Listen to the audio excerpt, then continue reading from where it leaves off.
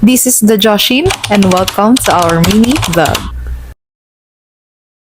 Happy weekend everyone! Pagka-uwi namin galing sa palengke, nag-almusal at nag-asikaso na rin kami ng kakainin namin para sa tanghalian. Inuna ko na nga tong ubas, itatabi ko nga muna to para sa merienda namin.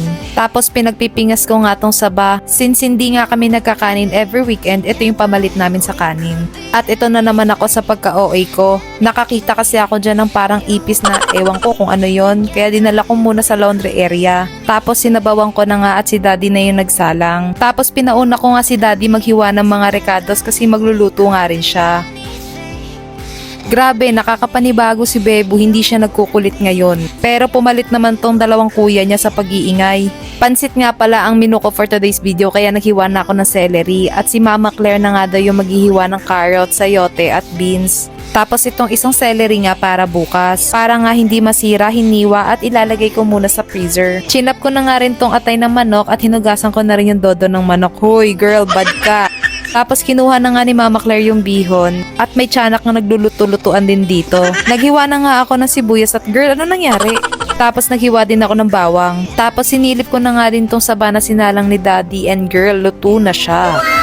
Oh, sabayan mo ko, cooking time! OA. Naglagay lang ako ng mantika at ginisa ko na nga tong bawang sibuyas. Then sinunod ko rin yung atay ng manok at dodo ng manok. Tapos pinalabas ko lang yung sama ng loob. Joke. Oil kasi yon.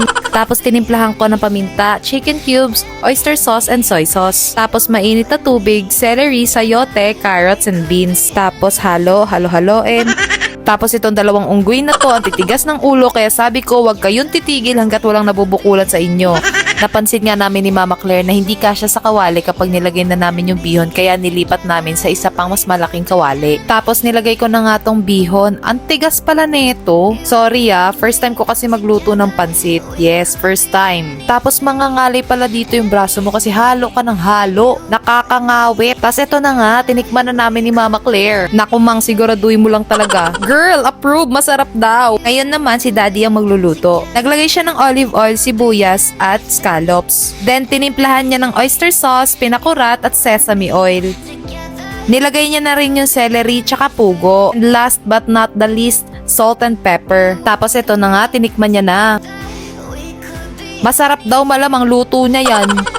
Ito na nga at naghain na rin kami, tapos binigyan ko nga rin yung kapitbahay namin. Huwag niyo na lang pansinin si Bebo doon sa cabinet na nag-exorcism. O tara, kain tayo. At hanggang dito na lang. See you on our next vlog. Bye!